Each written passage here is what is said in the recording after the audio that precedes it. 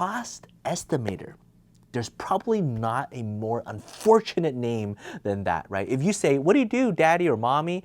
I'm a cost estimator. What do? You estimate costs?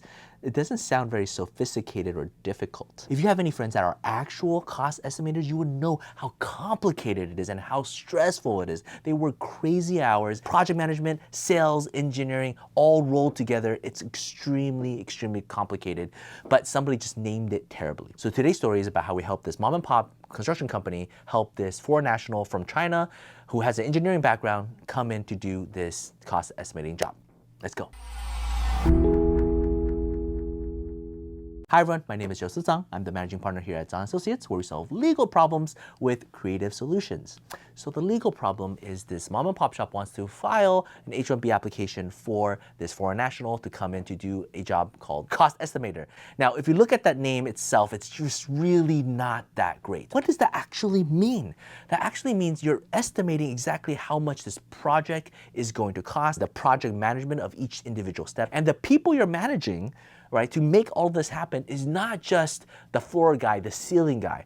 A cost estimator for a construction company, oftentimes you're building huge entire buildings, and so you're working with the city, the permits, the various engineers, you have the electricians, you have your contractors, you have your painters, you have everything. A lot of times people engage law firms and say, can I get an estimate? And we build out a proposal. And we have to spend like 30 minutes or an hour just to write out the retainer, really fine-tuning exactly what the process is like. And that's just between us and them. Imagine if there's like 20, 30 different parties and every party is all different and the costs and prices are all constantly changing. How do you correctly estimate and make sure everything gets done correctly? Now the most important thing is how do you explain this whole thing on paper to a USCIS officer who might be 20 years old, 30 years old, never seen a cost estimator, and just looks at the title and it's like, why do you need an engineering degree for this, right? You're a construction company. The work itself is extremely delicate and complicated. You have very in-depth Excel sheets and all the pricing. But what does that have to do with engineering? So that's another difficult part. How do you organize the paper documents to tell a story why you need an engineer in order to do this position that sounds kind of simple and that it is very urgent and necessary? The first argument was that the industry needs somebody with an engineering degree. We were actually able to find a lot of construction companies that all need engineering degrees in order to be a cost estimator. So that was one of the strong suits. We were able to just pack this in. We were able to prove that this position is so complex that it needed somebody with an engineering degree in order to do it. And so we were able to talk about that as well. Now, why the industry needs it is a little bit more convoluted. So it's harder to bridge that gap, but we were able to paint that story and explain it. We were also able to lean in on this mom and pop company that have hired previous cost estimators and other cost estimators that have engineering background and degrees, right? And so based on this, we were able to piece it together.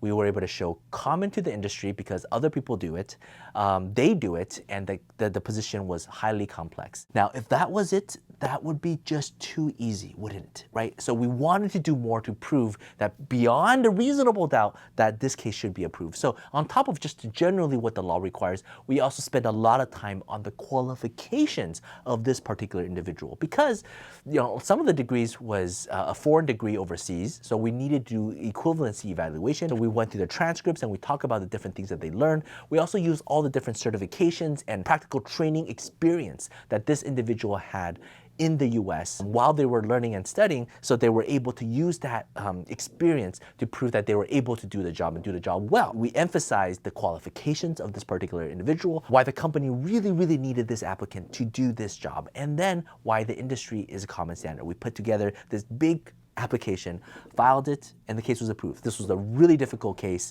There was a lot hanging on it because I think the company just had so few cost estimators left, and without this person, the entire company would actually grind to a halt. Somebody needs to come up with a better name for that, right? And the industry needs to change because I could just imagine some officer just denying it purely based on the name. All right, with that being said, I hope you enjoyed this video. I hope you learned something, and if you have any questions, feel free to reach out to us. Take care.